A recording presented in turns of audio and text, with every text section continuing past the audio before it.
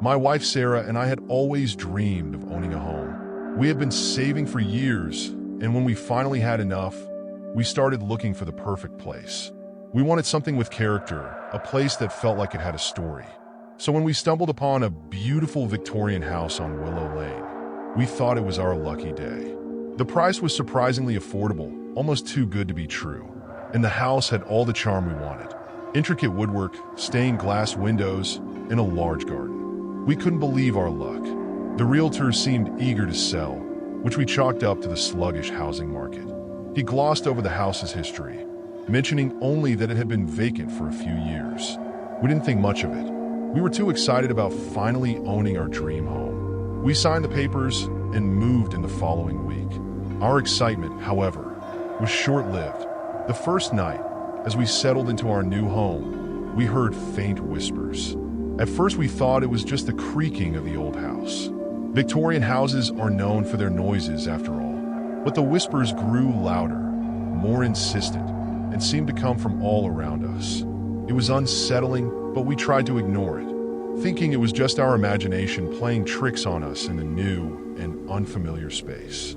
As the days went by, the whispers continued and other strange things started happening. I would wake up at night to find Sarah standing by the window, staring into the garden. When I asked her what she was doing, she would just shake her head and go back to bed, unable to explain her actions. It was as if she was in a trance. During the day, I noticed cold spots in certain parts of the house. Even though it was the middle of summer, Sarah dismissed them, saying it was probably just poor insulation. But I couldn't shake the feeling that something was off. One evening, while unpacking in the attic, I found an old, dusty photo album. It was tucked away in a corner, hidden under a pile of old newspapers. Curious, I opened it and began to flip through the pages. At first, the photos were normal, pictures of families celebrating holidays, children playing in the garden, and happy gatherings. But as I reached the last few pages, the images became disturbing. People with hollow eyes, expressions of terror, and what seemed to be shadowy figures lurking in the background. I showed the album to Sarah, who looked just as disturbed as I was.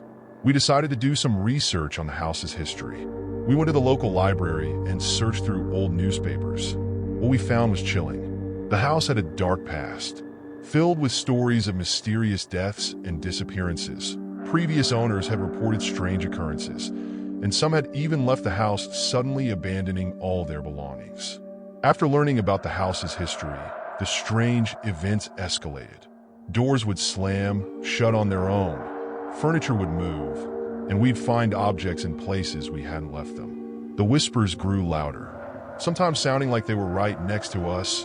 We could no longer deny that something was seriously wrong. One night, we heard a loud crash from the basement. It sounded like glass shattering. With my heart pounding, I grabbed a flashlight and went to investigate.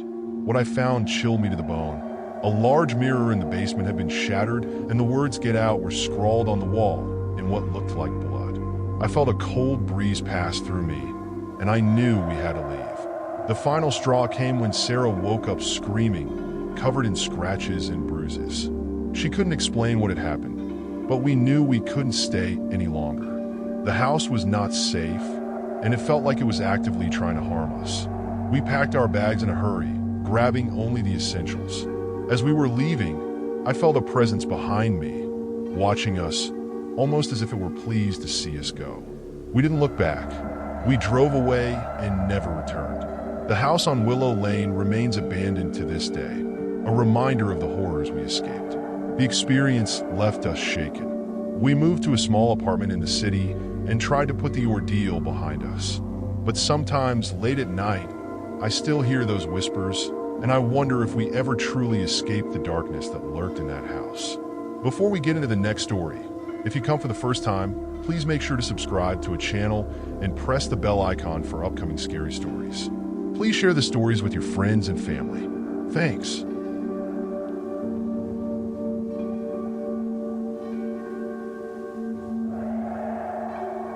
My husband, Jake, and I had always wanted a secluded getaway. We both had demanded jobs and craved a place where we could escape the hustle and bustle of city life. So, when we found a quaint cabin deep in the woods, we jumped at the chance to buy it. The cabin was charming, with its rustic log exterior, a stone fireplace, and a porch that offered a stunning view of the surrounding forest. It was perfect. The realtor mentioned the cabin had a history, but we dismissed it as local folklore. After all, every old cabin has its stories, right? We were too excited about the prospect of our private retreat to worry about ghost stories. We signed the papers and moved in within a week. From the first night, we knew something was wrong. We heard scratching noises coming from the walls and ceiling. Jake tried to assure me it was just animals, maybe squirrels or raccoons, but the sounds were too deliberate, too menacing. They seemed to follow us from room to room, growing louder each night. It was as if something was trying to get our attention. During the day, the cabin was peaceful and serene, but as soon as the sun went down, the atmosphere changed. The noises became more frequent, and I started to feel a constant sense of unease. I could never shake the feeling that we were not alone. One evening while Jake was out getting supplies, I decided to take a bath to relax. The warm water and the soothing lavender scent helped calm my nerves. As I soaked in the tub, I let my mind wander, trying to convince myself that everything was fine. Suddenly, I felt a cold hand touch my shoulder, screamed and jumped out, but there was no one there.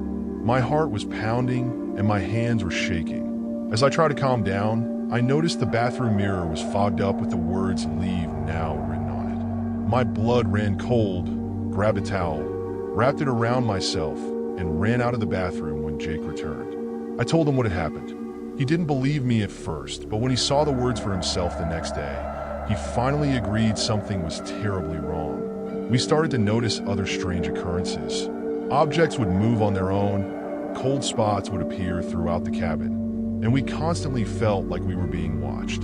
The once charming cabin now felt like a prison, and we were its captives. One night, we heard a low growling noise coming from the living room. It was a sound unlike anything I had ever heard before. Deep, menacing, and filled with malice. We cautiously approached the living room, our hearts pounding in our chests. As we entered, we saw a dark, shadowy figure standing in the middle of the room. Its eyes glowed red, and it let out a bone-chilling scream. I felt paralyzed with fear, but Jake grabbed my hand and pulled me towards the door. We ran out of the cabin, our footsteps echoing in the silent night. We jumped into our car and sped away, leaving everything behind. As we drove away, I looked back and saw the shadowy figure standing on the porch, watching us with those terrifying red eyes. We never returned to the cabin, and it remains a dark, haunted memory. We later learned that the cabin was built on land that was once a burial ground, and the spirits of the disturbed graves were believed to haunt the property.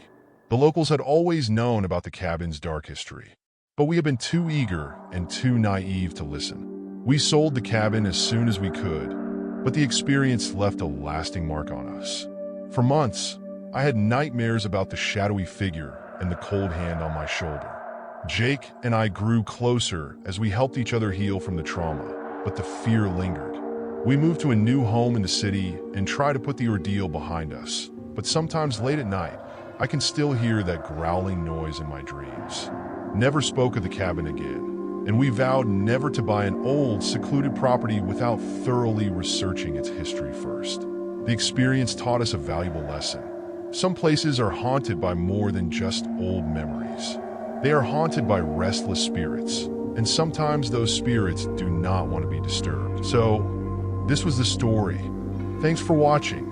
If you enjoyed this video, don't forget to like, subscribe, and hit the notification bell so you never miss an update.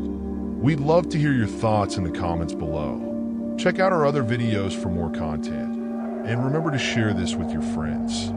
See you next time.